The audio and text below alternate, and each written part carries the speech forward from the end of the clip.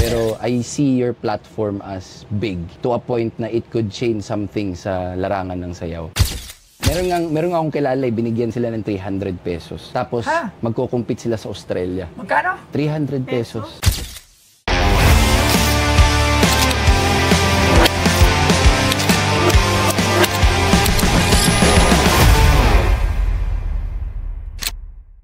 Pagod ako. Hingal ako eh. Nag-worm ka. Uy! Oy! Boss! What's up, boss? DJ Lunyo! Ako naman. Boss? Uy, tama na! Ay, tinakala ko totoo siya. DJ Lunyo to, alam mo ba? Yes! Alam mo ba siya sikat si DJ Lunyo? Oo naman! Sa kanta niyang Tao Lang. Looney yun! Looney pala yun. Looney ba yun? Ay, pala yun. Tip-top yun, boss. Flip-top pala yun. Sorry, ay, charot. Siyempre kay Papa Loons. Grabe, lit niya lang pala. Si DJ. Pero, Ano lang tayo. grabe. Kung merong sikat na dancer, si DJ Lunyo. Sakto lang, boss. Sakto lang. Pero alam mo ba, nauna ako naging dancer kay DJ Lunyo. What? Talaga? Lahat pinasok mo ah. Oo, ayoko na lang ikwento. Ano sadya mo rito, DJ Lunyo? Hindi, boss. Hard drive ang ibibenta mo? Yes, sir. Alam mo to, scandal. Hindi, ano yan. Ano? Laman nito, boss, yung journey at the same time, magiging source of fund to ng Rockwell for Dubai this July for World Finals.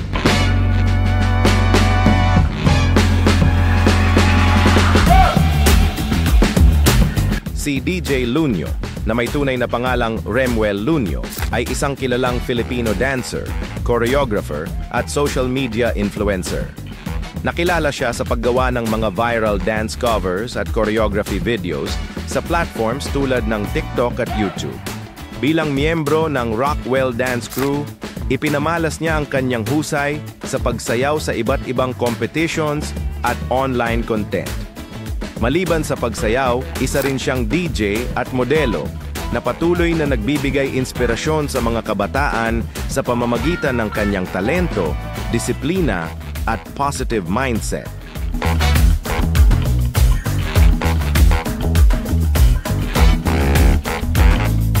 Kasi yung grupo ko parang magko-compete siya to represent the country. So 15 countries yung maglalaban-laban this coming July to battle for 6 divisions, 6 titles, world titles for sasayaw to, hip-hop na sayawan. So, kasali ka doon? Yes. Team mo or individual? Team ko, parang ako yung head or founder ng grupo. Ako yung nag-head ng choreography. So kasama ko dito si Manex, if kilala niyo si Manex. Manex Manatan, yung sumasayaw din ng sa TikTok nung kasagsagan ng pandemic. So kagrupo ko siya dito. Ano pa ang grupo niyo? Rockwell PH po. Rockwell PH. So ang problema kasi dito, boss, kaya naisip ko, marami naman akong pwedeng dalhin, boss. Pero I see your platform as big to a point na it could change something sa larangan ng sayaw. Kasi ito yung dyan, boss, galing talaga ako sa Mindanao. Actually, from roots talaga na pagko-compete. So, natry ko na humingi sa kongreso, mga ganyan-ganyan. Ang sagot nila, hindi kasi under sports yung sayaw.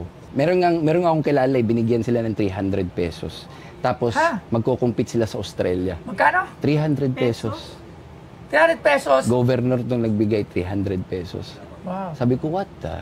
So sabi ko, I gotta do something para seryosohin nila kahit papaano yung mundong to, yung industriyang to. Okay. So sabi ko, parang kailangan may purpose Hindi pwedeng compete ka lang. Parang dapat may papupuntahan tong. So aside sa yung competition sa Dubai, it is the biggest prize pool in history. $250,000 yung at stake na championship. So it's I think $15 million. So magkano yun? Nasa 20 million. So yun yung gusto kasi ang sarap pakinggan ng mga nanay na sinasabi nila na gusto kong mag-gymnast yung anak ko kasi nakita nila yung presyo, yung fruit yes. na pinaghirapan. Yes.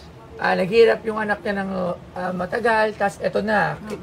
Napuwa na yung bunga. So ang sarap tignan na Carlos Yulo nag-uwi ng 25 million. Madami, hindi so, lang. I wanna do that the same thing sa mga dancers na Rockwell hindi lang nag-uwi ng medalya, nag-uwi ng 8 million. So ako as a dancer parang panoorin mo nga tong balita. Hindi na siya medal pera yung inuwi. So the point is hindi nila basta-bastahin yung mundo. So yun talaga yung punot dulo nito, boss, na okay, ngayon nagkaroon kami ng chance to compete. So sabi ko, feeling ko mananalo kami. Kasi ang point talaga ng documentary nito, boss, is to raise fund. If you want to support our journey going to Dubai, buy our documentary online and watch it. How much yung documentary na? Ang ito, boss, hindi namin siya itataas kasi ang punto is makita ng mga dancer at pag nakita ng dancer, ipapakita sa mga pamilya nila. So we want to sell it at Pang-karera, pang-show, at sa lahat. Basta, Bomex lang, number 1.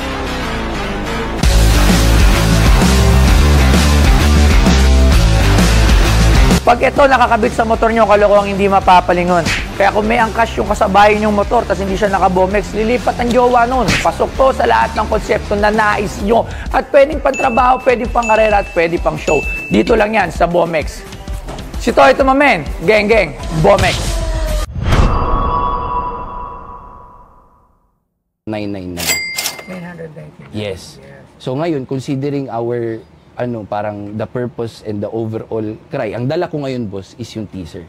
Yung teaser? Yung teaser ng documentary. But the point here is, sabi ko, Boss Toyo, yan eh. Pinag-isipan ko, pupunta man ako kina Boss Toyo.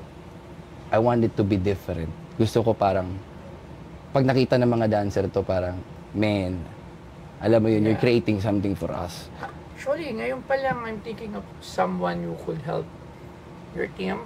Pwede ka ilapit to kay Yusek France eh. Kasi si Yusek France is sa RTVM, pero asawa niya is into dancing. And marami siya mga friends sa mga W Copa. Yeah. And tutulungan niya yung mga Pilipino na nagko-compete abroad. Yes. Under siya ng PCO, that RTVM, undersecretary siya, is a friend of mine, kumpare ko. O try to contact them. Piti din yung iba na mga ating mga kaibigan. We'll try. Ang dami pwedeng tumulong actually. Kasi ako, when I'm asking help from them, for my advocacy, ano naman sila Sumusuporta po. Yeah, sumusuporta sila. Pasabi, sige, that's good, Toyo, sige, bigyan. Basta, okay yung ginagawa natin. It's not for ourselves. Yes. It's for other well-being din. Hindi lang naman sa'yo to, di ba? Boss. So, sige, I will try to help. And then, siguro, finish the editing, yung binibenta mo. Hindi ko yan bibilin. I'll just give a support. Yeah. Yes. 999, di ba? Yeah. Siguro, kung bibili ako ng 999, mga 50 slots ng 999. Oh, Diba? laking tulog na yan, boss. Oo, di ba? Laking tulog yan. Kasi kung bibilin ko yan, ilalagay ko rin sa museum, hindi nila mapapanood yan. Walang something, walang visuals. Kumbaga, hard drive lang siya. So, we need to explain it, like everything. Kasi pag nasa museum na siya, may QR code dyan. Pag screen mo ng QR code, ano yung nilalaman. So, siguro, pag nanalo kayo doon, bumalik ka dito, Bigay mo yung damit mo. magdala ka ng anything na remembrance to the championship. Yep. And, di ba, and we will talk. We will reach out. Magre-reach tayo. Ayan, sa mga kaibigan natin dito na makakapanood Pero nito. Yes, sir. ano mo sila ilapit? Yes, ilalapit natin. Lalo na Pero- ngayon, boss, lalo na, makakatulog yan, lalo na sa mga dancers, yung mga politicians ngayon ng election. Kunin nila yung mga dancers na kailangan ng tulong kasi yung pupunta ng TF na yun, pang fund yun sa mga, sa mga competition nila eh. Okay. So yun, parang shout out sa mga politician natin dyan. Like, Sige. marami kayong matutulungan ng mga dancers. Tsaka, Bibigay ako ng first initial, magbibigay muna ako siguro ng 30,000 pesos. what? Ayan, bibigay natin sa kanya. Tapos, lalapit natin to, and I promise you na merong may tutulong. Madami naman. Boss, kahit pwede ba pasilip ko kahit 1 Sige, minute lang? sige. 1 minute lang, boss. Pakita natin yan. Okay, At pag okay. nanalo kayo, dali mo dito yung damit nyo. bibili natin yan. nanalo na kami ng nanalo na kami dito sa national qualifiers. Yan. So kami nag-champion ng Monster and Open. So ito yung kahit silipin niyo lang yung Lapit yung camera. Yan. Ready? Go. Yeah. So, that's gonna be your lesson.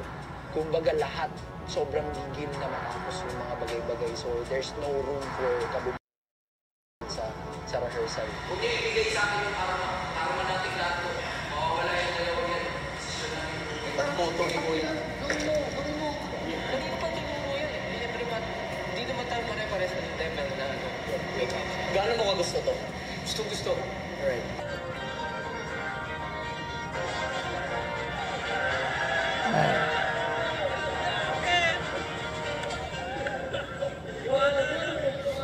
Alright. Ganito ang kamayan ng geng-geng. Para sa Rockwell, ito, papasok mo to dyan, papasok mo to doon. Ah, shit! Ang lupit! Ang lupit! Ang lupit! Pero alam mo, ito lang sasabihin ko sa inyo, don't wait na maging successful sila tapos siya kayo lalapit. Alam mo, usually kasi ganun eh. Totoo. Lumalapit yung mga iba pagka... Tapos na. Nandiyan na Pero sa hardship, wala sila. I Yep. suggest you guys, sa mga kapanood nito, hanggang nasa hardship pa lang, dapat sinasamahan nyo na Totoo. sila. Totoo. Naniniwala na tayo. Oo, ganun talaga dapat eh. Hindi yung pagka may bunga na, makikita mo. Kasi yun yung hirap eh. Dugot. Di nila alam yung nangyayari. Kumbaga, ang point ko lang gusto is pag nakita ng mga nanay ito, at least pag uuwi yung mga anak nila, hindi nila papagalitan. At least paghahandaan ko ng kanin or pagkain. Kasi ganun kahirap yung nangyayari sa loob. So it's just a little respect for what we do. Mga dancers. Yes. Meron talaga community ang mga dancers. Madami. Yep. Kaso nga lang talaga, ang nangyayari na lang is, wala na siyang parang hindi na siya parang pang-career eh. Totoo. Parang high school days after nun, wala na. Kasi nga, Pagdadaanan. ang iniisip, dancer ka, anong kasunod mo? Yes. Mag-earn ka ba ng malaki? Totoo. Diba? Pero pwede. Pwede. Kung matutulungan lang, mabibigyan ng mga chance na Yep. susuportahan, Yep.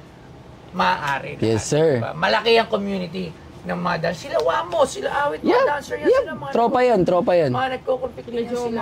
Jomar. Marami sila, Yep. maraming talaga. So, let's have a place yung mga dancers natin. Yes, sir. Na hindi lang sa sports, di ba? Kasi meron din naman alam ko may dancing sports na rin. Alam ko may Meron. category na rin yan, Meron. di ba?